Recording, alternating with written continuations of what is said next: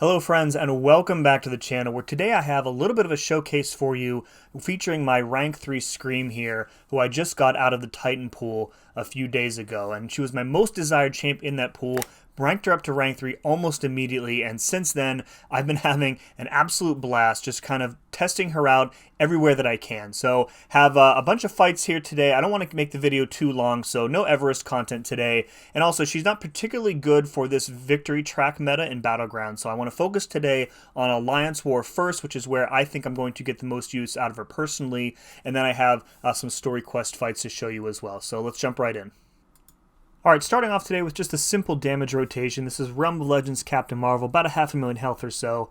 Now, one of the things I really like about playing Scream is using her auto block mechanic as an offensive tool to get openings. Talk a lot about that in my Scream guide. Would highly recommend you check that out if you haven't already. But the basic rotation here that I'm using is using my special one when I have at least 3 Madness. That gets us our Fervor buffs and gets us a guaranteed chance to place bleeds and armor breaks on basic attacks. Then we jump right back up to the special 2, which, as you're going to see here momentarily, is going to do a huge burst of damage there. The burst damage is multiplied by the number of bleeds and armor breaks you have, and then the number of unique buffs you have too. And then we can follow it up with another special one, and the dot is just going to tick her back down. So that's about 500,000 health or so, and that fight was 43 seconds. Alright, moving on to some Alliance War fights. I have 4 of them to show you today. They're all from the off-season, so these are all unboosted. First up, we have a Punisher 2099 up on path 6B, and this node here makes every other special attack from him unblockable because you can't dex them. You're going to be taking blocked hits. So the general idea here is to kill him before he throws a second special attack. So right here, I'm going to trigger my auto block, and I'm going to re-parry with the auto block in order to push him above the special 2. I really don't want him to throw that special 1. He throws the special 2, and then we are going to completely nuke the rest of his health here with our special 2. So he gets off 1 special attack. We don't have to take an unblockable one, and that is a 30-second fight with an unboosted Scream. Alright, next up is the infamous Path 3 Venom, and normally for this fight, you want to bring a champion who has power burn immunity, because if he gains an armor up, you're going to be taking damage on every single hit.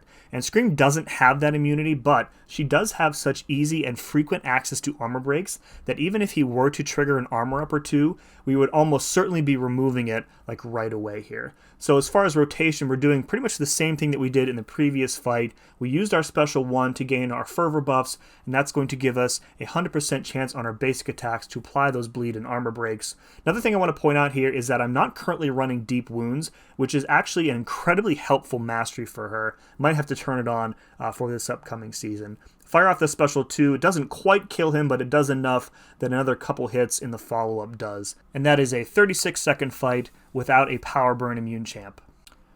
Alright, we're just going to keep going on the same path here and take the Scarlet Witch on node 12. Similar nodes to the Venom fight, but we're playing with class disadvantage here against a champ who can possibly nullify our buffs and really ruin our day, which is why I wanted to go ahead and include this. Now, Scarlet Witch also has a chance of gaining an armor up. That's why she's placed on this node. But you're going to see that she's really not going to prove much more of an issue for us than that Venom did on the previous fight. So you want to be careful to not hit her block here because you don't want her to nullify the armor up on you and gain it for herself. Otherwise, the rotation pretty much remains the same.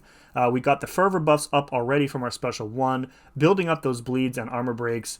And right there, I ended up doing the special 1 again because this is a tactic defender, and we want to make sure that we keep that slow debuff up on her because we do have buffs expiring, as you can see, and we don't want to be caught with an unstoppable passive on her and no slow debuff. So a little bit slower rotation here, build up to the special 2. It still does a huge chunk of damage, so even though we had to use 2 special 1s first, the fight was still very, very quick, and we lost like barely any health on that one. Alright, next up we have a Killmonger mini-boss on Stunning Reflection and Polka Dot Power. Scream is really good for this fight because she has easy access to an armor break, which turns off Killmonger's reverb, and then a lot of bleeds to help with the power gain. Now, at the start of the fight here, I'm doing only light combo enders because I want at least 1 armor break up early in order to shut off his stuff. We get it there, and the buffs that we get in this matchup don't particularly matter. By the time we get the armor break up, we have moved on to Bulwark, which is fine because we're going to have to take a lot of blocked hits here because we can't rely on the auto block due to Stunning Reflection here. Now we're building up to the special 1 here. Right after this special 2, we're going to bait it out, and then we're going to fire off the special 1. We have plenty of madness available, so we'll get all of our fervor buffs up, and this is going to supercharge our armor breaks and our bleeds, allowing us to build up to that special 2. Now, you notice here, of course, that the power gain is pretty slow. We don't have access to our Energize, not that it would do anything in this fight anyway. So we're just kind of, hitting him, trying to stack as many of those effects as we can until we get up to the special 2. I'm going to fire it off, and this does a nice chunk of damage, as you can see, and he's pretty much done for. Now, he's being aggressive enough here that we haven't taken any brute force damage. However, the regen buffs that we get from consuming madness go a long way towards keeping our health at a manageable level. Fire off that special 1. Unfortunately, it doesn't crit, but another couple combos afterwards does. Really, really nice fight. Okay, last war fight I want to show you is a mini boss. We've got a Lady Deathstrike on node 37 with personal space healing and recovery. She's a tactic defender here, so we need a tactic attacker. And the reason she's placed on this node is because you can't reduce or reverse her regen rate, and she's also immune to heal block. So if you let her build up those regen buffs from the node, they're just going to keep her topped off. You really need somebody who can just straight out damage everything that she does. And remember also, she gets the regen on special attacks as well. Plus she has the bleed resistance, so you might think that Scream is a little bit gimped here, but she's not. So similar to the Scarlet Witch fight, we do want to make sure that we keep a slow debuff up on her at all times. That being said, I am being a little bit liberal with it here because her special attacks are very easy to avoid without triggering dexterity, so I feel pretty safe there. Same rotation as before. We fire off that special 2. It does a whole bunch of damage, and we are well ahead in the health race despite only starting with like 40% health. Holding block to trigger an auto block buff. One more combo into the special 1. Not sure why I didn't use my striker there, but it's totally fine. We've got the slow up, so we are clear from the unstoppable, and a 20k heavy to finish that off. Really wasn't sure how she was going to perform in this fight when I went in, but she exceeded my expectations for sure. Alright, moving on to a few story quest fights here. We have an Iron Patriot from Act 915 with Diss Track and Right Back at it, about 730,000 health here. Now, obviously, Scream has the debuffs to handle Diss Track, but with Right Back at it, all of those debuffs are going to disappear as soon as we knock him down, so we do kind of have to, play around that.